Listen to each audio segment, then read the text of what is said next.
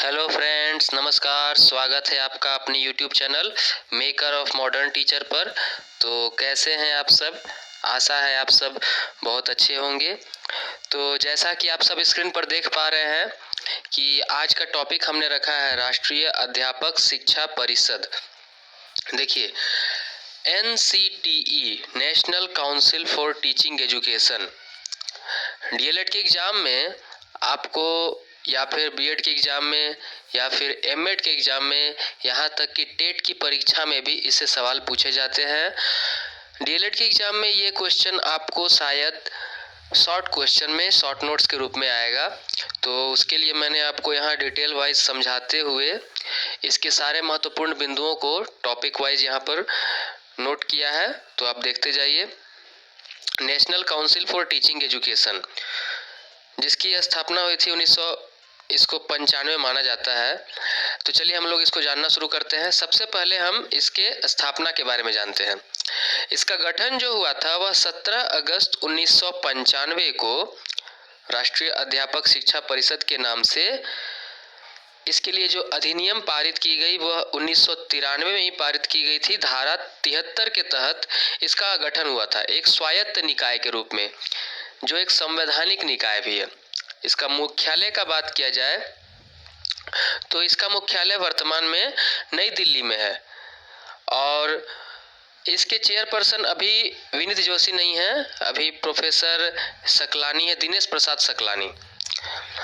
तो आगे हम देखते हैं इसकी क्षेत्रीय समितियां। एनसीटीई की सहायता के लिए जो क्षेत्रीय समितियां बनाई गई हैं, जो इसका कार्य करने में मदद करती हैं, वह हैं भोपाल में, भुवनेश्वर में, बेंगलुरु में और जयपुर में। तो ये हमने एक साधारण इसका परिचय देखा। अब हम आगे देखते हैं कि इसका इतिहास क्या है।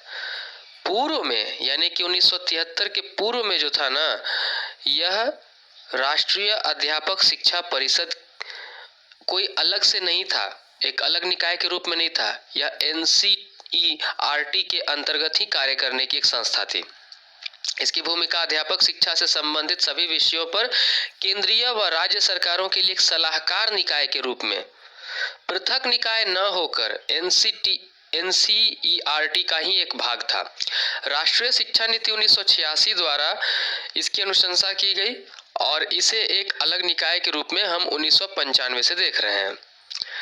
अब बात की जाए कि इसके अधिकार में क्या क्या है, तो इसके अधिकार में है शिक्षा के मानक तय करना, यानी कि शिक्षकों के लिए शिक्षा की योग्यता, उनके लिए क्या क्या अधिकार होने चाहिए, कितनी उनकी योग्यता एलिजिबिलिटी होनी चाहिए, क्या क्राइटेरिया होने चाहिए, इस मानक को तैयार करना। शिक्षक भर्ती के मापदंड का निर्धारण योग्य शिक्षक की भर्ती हेतु। देखिए, जो मैंने महत्वपूर्ण बात है उसे मैंने इन्वर्टेड कॉमा में यहाँ नोट डाउन किया है कि NCTE के नियमों के विरुद्ध कोई भी राज्य अपनी इच्छा के अनुसार शिक्षा का निर्धारण नहीं कर सकता है।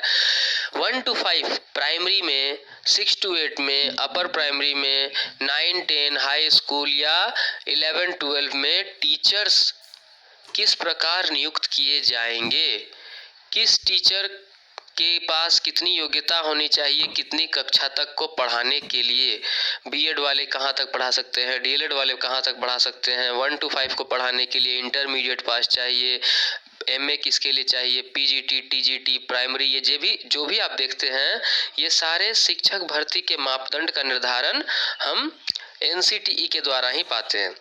अब इसका कार्य क्या क्या है। शिक्षण संस्थान को मान्यता, यानी कि जितने भी टीचिंग एजुकेशन इंस्टीट्यूट हैं, इन सबको जो है ना मान्यता NCTE देती है। जैसे कि अगर आपको बीएड, डीएलएड या एमएड करना है तो आप किन महाविद्यालयों या विश्वविद्यालयों से करेंगे, जिन्हें मान्यता प्राप्त है NCTE के मानक को पूर्ण करने के बाद NCTE का प्रतिनिधि मंडल जांच करता है। और केंद्रीय मान्यता प्राप्त शिक्षण संस्थाओं के पाठ्यक्रम का निर्धारण, भारतीय राज्य पाठ्यक्रम का निर्धारण NCTE के दिशा निर्देश से ही तय करते हैं। तो हम देखते हैं कि जितने भी आपको इंस्टीट्यूट हैं, एजुकेशनल इंस्टीट्यूट, उनमें जो पाठ्यक्रम चलाए जा रहे हैं वह पाठ्यक्रम जो है न निर्धारित किए जाते हैं एनसीटीई के द्वारा। खासकर टीचिंग एजुकेशन वाले इंस्टीट्यूट अध्यापक शिक्षा से संबंधित सभी बिंदुओं पर सर्वे एवं अध्ययन करना एवं परिणाम प्रकाशित करना, यह कार्य किसका है? तो यह कार्य है एनसीटीई का। अध्यापक शिक्षा के क्षेत्र में योजना एवं कार्यक्रम का क्रियान्वयन, यानी कि समय समय पर जो बदलाव होते रहते हैं, आप देखते हैं टीचिंग एजुकेशन में कौन कौन सा चीज़ को शामिल करना है। जैसे कि अभी पता है आपको 2020 में नई शिक्षा नीति 2020 आ चुकी है, तो अब नई शिक्षा नीति को लागू किया जाया है, तो उसके अनुसार उन शिक्षा नीति के द्वारा क्या क्या नियम कानून में बदलाव हुए हैं, अब उन्हें लाया जाएगा, पाठ्यक्रम में शामिल किया जाएगा। इसके पहले तक अभी तक हम लोग 1986 की शिक्षा नीति को पढ़ रहे हैं। तो आपका सिलेबस का निर्धारण, आपके क्रियाकलाप का निर्धारण, आपके कार्यक्रम का निर्धारण, आप कैसे कक्षा में किस योग्यता के साथ पढ़ा सकते हैं, उसका निर्धारण एनसीटीई करती है। अध्यापक शिक्षा के क्षेत्र में योजना एवं कार्यक्रम का क्रियान्वयन, अध्यापक शिक्षा व्यवस्था का पूरे देश में समन्वय एवं निरीक्षण, स्कूल एवं मान्यता प्राप्त संस्थानों में शिक्षकों की न्यूनतम शैक्षिक अर्हता के बारे में गाइडलाइन, दिशा निर्देश तैयार करना। देखिए जो मैंने बात कहा आपको, स्कूलों में बुनियादी सुविधाओं की सुविधा एवं स्टाफिंग पैटर्न के बारे में गाइडलाइन जारी करना, माने विद्यालय में न्यूनतम क्या क्या आवश्यक वस्तुएं होनी चाहिए, पाठ्यक्रम किस प्रकार निर्धारित होना चाहिए और स्टाफों की सुविधा कैसी होनी चाहिए। पाठ्यक्रम एवं प्रशिक्षण में परीक्षा एवं प्रवेश हेतु मानक निर्धारण, स्कूल एवं मान्यता प्राप्त शिक्षण संस्थाओं में नवीनीकरण एवं अनुसंधान को प्रोत्साहित एवं संचालित करना। आगे है सुधार हेतु अपनी बनाई गई गाइडलाइंस, मापदंड एवं मानकों का परीक्षण करना। एनसीटीई एक काम करती है कि संशोधन करने का भी कार्य एनसीटीई करती है। मान्यता प्राप्त शिक्षण संस्थाओं को चिन्हित कर अध्यापक शिक्षा प्रणाली हेतु विकसित करना। अध्यापक शिक्षा के व्यवसायीकरण को रोकना। देखिए सबसे महत्वपूर्ण कार्य जो आता है कि टीचिंग एजुकेशन जो है ना, यानी कि आज के दौर पर जो देखा जा रहा है कि शिक्षक प्रशिक्षण का जो कार्यक्रम है, यह जो पाठ्यक्रम है, इसका एक तरह से व्यवसायीकरण होते जा रहा है पूरा चारों तरफ। बहुत ही महंगे महंगे कोर्स होते जा रहे हैं, तो इस पर नियंत्रण रखना, प्राइवेट इंस्टीट्यूट्स पर एक तरह से लगाम रखने का काम जो है एनसीटीई करती है। अब इसके द्वारा कौन कौन से कार्यक्रम पूरे देश भर में चलाए जा रहे हैं, देखिए इसमें से बहुत सारे कार्यक्रम आप जानते भी हैं और बहुत सारे कार्यक्रम आप नहीं जानते हैं। आपको इसलिए भी जानना आवश्यक है क्योंकि आपके लिए कौन सा फील्ड आवश्यक रहेगा, महत्वपूर्ण रहेगा, फायदेमंद रहेगा, आप इसके बाद जान सकते हैं। जैसे कि DPSE, diploma in pre school education, इसे ही हम एनटीटी भी कहते हैं। यानी कि अगर कहा जाए तो आंगनबाड़ियों में भर्ती होने के लिए, टीचर बनने के लिए, या नर्सरी प्रेप केजी 1-2 की टीचर बनने के लिए आपको diploma in pre school education, DElEd, यानी कि तो आप जानते हैं कि 1 to 5 और 6 to 8 के टीचर्स बनने के लिए, बीएलएड भी वही होता है जिस प्रकार डीएलएड है diploma in elementary education, BElEd हो गया bachelor in of elementary education, ये भी 6 to 8 तक की योग्यता देता है। बीएड बैचलर ऑफ एजुकेशन, इसे आप सब भली भांति परिचित हैं कि अगर आप बीए बीएड है तो 10 तक आ सकते हैं, अगर एमए बीएड है तो 12 तक जा सकते हैं। एमएड मास्टर ऑफ एजुकेशन, जो कि आपको आगे की योग्यता देती है, यानी कि आप 11-12 के टीचर बन सकते हैं। DPEd diploma in physical education, 1 to 5 के लिए आप खेल शिक्षक बन सकते हैं।